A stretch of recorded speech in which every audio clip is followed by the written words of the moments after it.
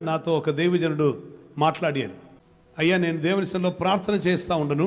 2024వ సంవత్సరం వచ్చినప్పుడు, ప్రభు నా వల్ల కాదు, నేను ఇక ముందుకు వెళ్ళలేను, డిసెంబర్ 31తో స్టాప్, ఇంకా వద్దు అని ఆయన తీర్మానం తీసుకొని బండి ఎక్కి వెళ్దాం, ఎంతవరకు దానిలో ఫ్యూల్ ఉండదో అంత దూరం వెళ్ళిపోతాం, ఎక్కడ బండి ఆగుతో అక్కడ ఆగుతాం, తర్వాత ఎక్కడికైనా ప్రభువుని అడుగుతాం, బండిలో ఉండి ప్రార్థన చేద్దాం అని ఆయన చాలా వేదనతో ఉండనంట.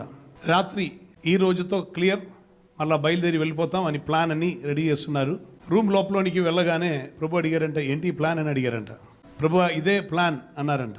అప్పుడు ప్రభు అడిగారు, నీవు నాకు ఏదేదో కొన్ని వరములు అదని చెప్పుకొని ప్రార్థన చేస్తూ ఉండను కదా, అప్పుడు కొందరు పేర్లు చెప్పారు, గుర్తుందా అని అడిగారంట. అవును ప్రభువా, ఎలీషా అని ప్రార్థన చేశాను, పౌలులాగా అని ప్రార్థన చేశాను, మరి వాళ్ళ చరిత్రం ఏం తెలియదా అని అడిగారంట. నీవు నన్ను స్పెషల్ అడిగారు, సో నేను స్పెషల్గా నడిపిస్తున్నాను అన్నారంట. So you are treated special, you are special to me అని చెప్తున్నా. నేను ఒకేసారి ఏడ్ చేశాను.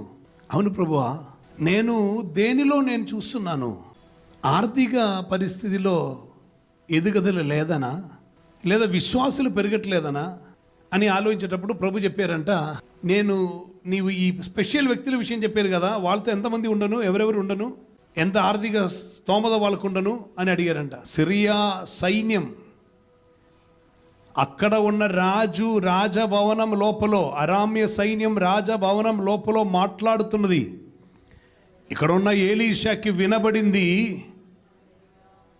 అలా నీకు కొన్నిది వినిపించట్లేదా అని అడిగారంట అని చెప్తున్నారు. ఆయన మోకరించి భయంకరంగా ఏడ్చేసుకొని ప్రభుతో చెప్పారంట, ప్రభువా నాకు ఈ కనెక్షన్, ఈ స్వరం, ఇది నాకు చాలు,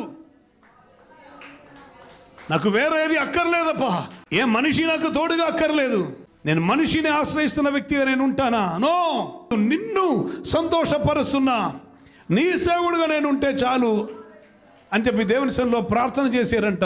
ఆ ప్రార్థన ముగించి ఇంకా ఎక్కడికి వెళ్ళేదేం లేదు, దేవుడే మార్గం తెరుస్తారని చెప్పుకొని ప్రార్థన ముగింపగానే ఒకరు కాల్ వచ్చిందంట. ఆయనతో మాట్లాడాను, ఏంటి ఈ ప్లాన్ అంటే, ఇలా అని ప్లాన్ చేస్తూ ఉంటున్నా, అప్పుడే దేవుడు ఇలా మాట్లాడి అని చెప్పి దేవుడు మాట్లాడిన విషయం అని చెప్పారంట. ఓహో పాస్టర్ గారు, ఓకే, నేను ఒక్కరికి కాన్ఫరెన్స్ లైన్ కనెక్ట్ చేస్తున్నా అని చెప్పారంట. వేరొకరితో కాన్ఫరెన్స్ లైన్ కనెక్ట్ చేశారంట. ఆయన ఇంకొకరితో కనెక్ట్ చేశారంట. ముగ్గురితో మాట్లాడారంట. 3 గంటల తర్వాత ఉన్న అప్పులు క్లియర్ అయింది, అన్నీ క్లియర్ అయిందంట. కానీ you may be asking, why god you took to that edge? అక్కడ కూడా ఆయన హస్తం ఉందని చూపించటానికి. మిగిలిన వారికి లేని వేదన ఎందుకు నాకు ప్రభు అని అడుగుతుంటే, మనం అనుభవిస్తున్న ఆ ఆదరణ చేత అనేకులను ఆదరించుటకే.